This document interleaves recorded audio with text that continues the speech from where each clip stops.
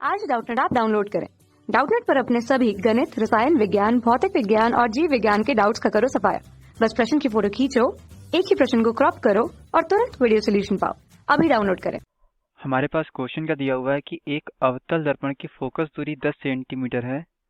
दर्पण की मुख्य अक्ष पर ध्रुव से 15 सेंटीमीटर दूरी पर 2.5 सेंटीमीटर लंबाई की वस्तु अक्ष के लंबवत रखी है, ज्ञात कीजिए। अब यहाँ पे इस क्वेश्चन के हमारे पास 4 भाग हैं। पहले भाग में हमें ज्ञात करना है प्रतिबिंब की स्थिति, दूसरे भाग में ज्ञात करना है रेखीय आवर्धन, और तीसरे भाग में ज्ञात करना है प्रतिबिंब की लंबाई, और चौथे भाग में हमको ज्ञात करना है प्रतिबिंब की प्रकृति। ठीक है, तो यहाँ पे चलिए इस क्वेश्चन को हम यहाँ पे हल करेंगे। ठीक है, तो यहाँ पे इसके लिए देखिए, जो अवतल दर्पण होता है उसकी आकृति कुछ इस तरीके की होती है। ठीक है, जो कि इस तरीके से बीच में दबा हुआ और किनारों पे उठा हुआ होता है। ठीक है, और यहाँ पे इसकी वक्रता कुछ यहाँ पे इस तरीके से होती है। तो यहाँ पे इसका जो फोकस है वो हम यहाँ मान ले रहे हैं। ठीक है, और यहाँ पे दर्पण का मध्य बिंदु क्या कहा जाता है? ध्रुव कहा जाता है। इसको हम यहाँ पे P से दिखाते हैं। ठीक, तो यहाँ पे क्या होता है, दर्पण के ध्रुव और फोकस को मिलाने वाली रेखा क्या कही जाती है? ये मुख्य अक्ष कही जाती है। इसे हम क्या कहेंगे? इसे हम मुख्य अक्ष कहेंगे। और क्या होता है, दर्पण से संबंधित जितनी भी दूरियां हैं ये जो है हमारी जो है ध्रुव से यहाँ पे मुख्य अक्ष पे नापी जाएंगी। ठीक है, तो यहाँ पे जो है इसके लिए एक चिन्ह परिपाटी बनाई गई है, उसको भी यहाँ पे आपको समझना होगा कि दर्पण के यहाँ पे जो दाईं तरफ जितनी भी दूरियां हम नापेंगे उसको हम धनात्मक लेंगे। ठीक है, और दर्पण के बाईं तरफ की जितनी भी दूरियां हम नापेंगे उसको कैसा लेंगे? उसको हम यहाँ पे लेंगे ऋणात्मक। ठीक है, तो यहाँ पे देखिए ध्रुव से लेके फोकस तक की दूरी फोकस दूरी कही जाएगी। ठीक, तो अब यहाँ पे आप बताइए कि जो फोकस दूरी का मान होगा वो कैसा होगा। देखिए, फोकस दूरी को हम नापेंगे कहाँ से? दर्पण से बाईं तरफ, तो इसका मान जो भी होगा वो नेगेटिव होगा, यानी ऋणात्मक होगा। तो हमारे क्वेश्चन में हमसे कहा गया है कि दर्पण की यहाँ पे फोकस दूरी कितनी है? 10 सेंटीमीटर है, यानी यहाँ पे जो फोकस दूरी लेंगे उसको यहाँ पे ऋण 10 सेंटीमीटर लेंगे। ठीक है, इस तरीके से। अब जो है क्या कहा गया है कि दर्पण के मुख्य अक्ष पर ध्रुव से 15 सेंटीमीटर की दूरी पे वस्तु रखी है। ठीक है, यानी यहाँ पे हमने मान लिया कि जो वस्तु है वो हमारी यहाँ पे कहीं रखी है।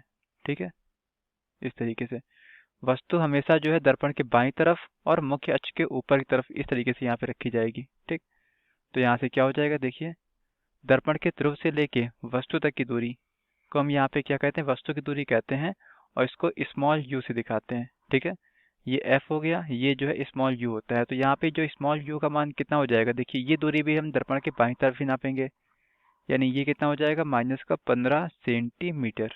ठीक है, अब हमको ये बताना है कि वस्तु जो है इस तरीके से यहाँ पे इस दर्पण के सामने रखी है, तो प्रतिबिंब की स्थिति क्या होगी? ठीक है, तो प्रतिबिंब की स्थिति को हम यहाँ पे V से दिखाएंगे, तो V हमें यहाँ पे नहीं पता है। ठीक, तो इसके लिए हमारे पास दर्पण का सूत्र होता है U, V और F में संबंध वाला।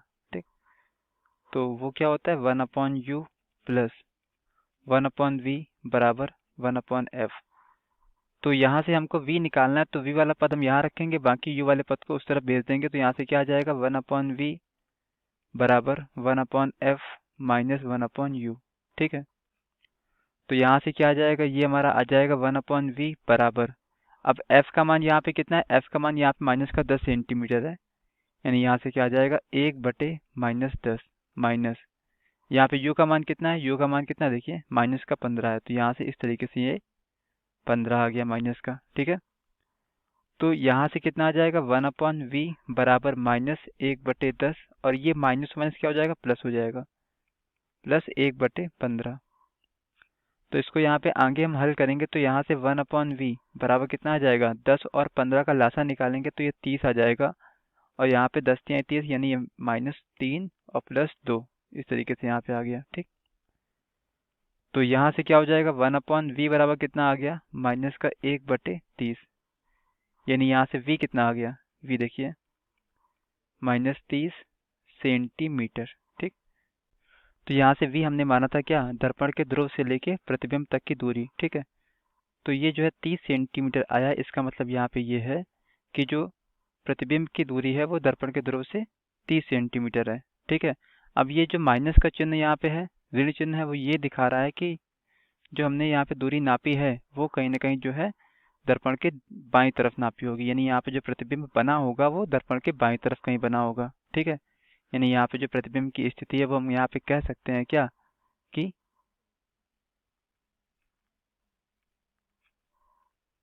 दर्पण से 30 सेंटीमीटर दूर बाईं तरफ। यहाँ पे ध्यान देने वाली बात ये है, ठीक है, बाईं तरफ। तो ये जो है हमारा क्या आ गया, ये जो प्रतिबिंब की स्थिति आ गई, यानी यहाँ पे क्या आ गया, ये जो है इसका हमारे इस क्वेश्चन का पहला आंसर आ चुका है, ठीक है। अब हम बात करेंगे इसके दूसरे भाग की, जो कि क्या है, रेखीय आवर्धन। रेखीय आवर्धन हमें इस बात का यहाँ पे ज्ञान कराता है कि जो हमारा प्रतिबिंब का आकार है वो वस्तु के आकार की तुलना में जो है कितना है, ठीक है।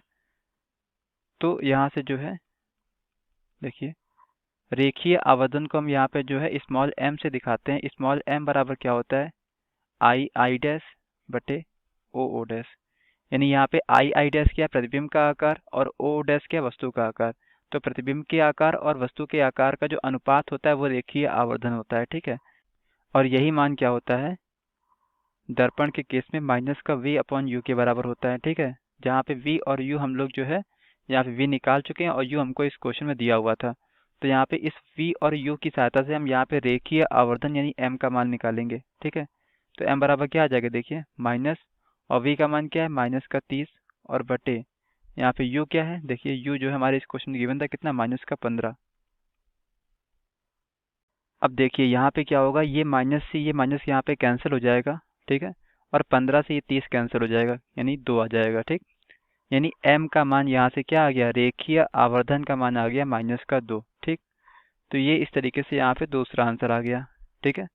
इसका मतलब यहाँ पे क्या है, देखिए कि जो प्रतिबिंब का आकार है वो जो है वस्तु के आकार की तुलना में 2 गुना है, ठीक। और ये ऋण चिन्ह ये दिखा रहा है कि जो प्रतिबिंब हमारा है वो उल्टा है, ठीक है।